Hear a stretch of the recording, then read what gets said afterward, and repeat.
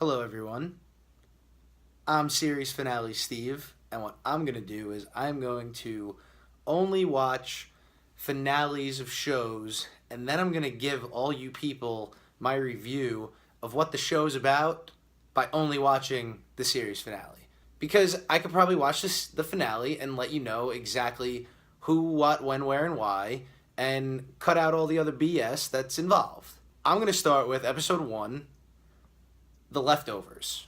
I pretty much nailed this one, I think.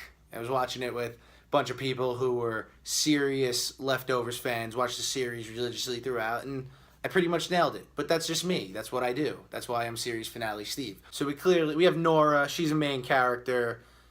Clearly, he's wanted to be with her kids for like the entire duration of this series. I mean, it was pretty clear cut at the beginning. She could barely say her kids' names before she went into the time machine or whatever this thing, whatever the machine is, whatever they do. I don't know. They've been talking about this machine for 3 seasons now, and yeah, so whatever. It's fine. She's good. She wants to be with the kids, goes through. We don't know if she goes through, actually, so we'll get to that later. Then, bang, they cut. What the hell happened? She's in, like, the middle of a field with doves riding a bike. She's, like, aged 40 years, probably, and, sees the nun that she's working for, says, hey, does the name Kevin mean anything to you? She says no. Nun says he knew I was lying. You know, they're giving the runaround. Nora's a little freaking out a little bit now. Goes home. So it's packing up her stuff. Like, she's getting nervous. Knock at the door. Who shows up? Garvey.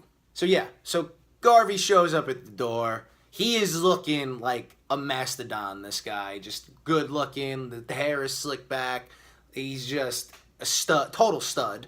And you know what I was thinking? I'm thinking he's going to kill her. That's what I'm thinking. I know that's what everybody else was thinking. I haven't even watched the show. I've been watching for 15 minutes. I'm thinking he's going to kill her. That's probably back to a previous season of something. Yeah, that's probably what it is. And then he just comes out and just says, hey, like, I saw you riding your bike. Nora's like freaking out at this point. She says, no, you saw the nun and all this, that, the other thing. Kevin's really rehearsed, like very rehearsed. He's had this, running this through his head 1,000 times probably. And then he invites her to a dance. Says, you want to come to, and he tells her that he only met her once. Tells her that he met her in the hallway of a dance, and they flash back. She's sitting on the floor doing whatever they're discussing, but invites her to the dance. She doesn't want to go to the dance with him. He leaves with like a creepy smile that you think he's gonna come back and kill her later. It really freaking me out. I was getting anxiety. I don't even watch the show. Then Nora has to first of all, savage move to A, not have a house phone, B, ride a bike everywhere that looks like it's from like 1973, probably the earliest. Like, we're not riding like a high-tech mountain bike here. She rides the bike all the way to a payphone, another savage move by Nora, and she calls Lori. Who's Lori? I didn't know who Lori was at this point. I thought maybe it was her sister. Turns out that it's Garvey's ex-wife. She's holding a baby now. Weird. And, they're talking like, did you tell him where I was? This, that, the other thing. She says, no, like, I didn't tell him. I don't tell him these things. This is between you and me. And then she says the thing. She's like, why are you calling me if he asked you to go to the dance? And Nora's like, what? She's like, you want to know if it's okay to go to the dance. And then Lori says, okay. Nora's denying. Says, okay, same time next week. And everyone's like, but nothing really happened with that. So anyway, Nora goes home and she starts showering. She's getting ready. She sees the lights and she goes to the dance. What's the dance? The dance is actually a wedding. Garvey lied. So it's a wedding. But they're talking, they're discussing, and Garvey is he's denying that he knows her from anything else. Like, he's denying he had a relationship with her. He's denying pretty much everything except that they spoke once. So she's asking a lot of questions, trying to figure stuff out. He says, do you want to see my scar? And everyone again is like, there's the whole thing where the bride and groom start talking, and they release the doves, and Nora asks Garvey what he wrote, and he says that's for me to know and you to find out.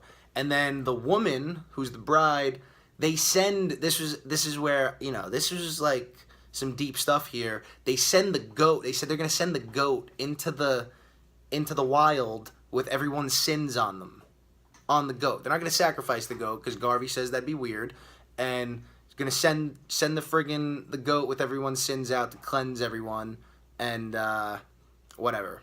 Then they start dancing, Nora and Garvey, and she can't take it because she knows that he's lying. So she sprints out of there, takes her rickety bike, and goes home looking for the doves. They don't come back, or the doves, carrier pigeons, whatever they are. I don't know what they are. They're an animal that has a note that's supposed to go somewhere. Whatever. They don't come back.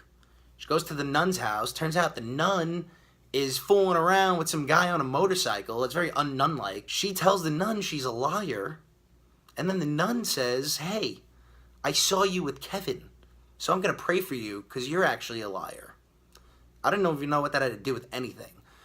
Now, rickety bike, going home, Nora hits a pothole, flips over the front, she's hurting. All of a sudden, she hears the goat. The goat, with all the beads on it and his sins, is stuck on a fence up a hill.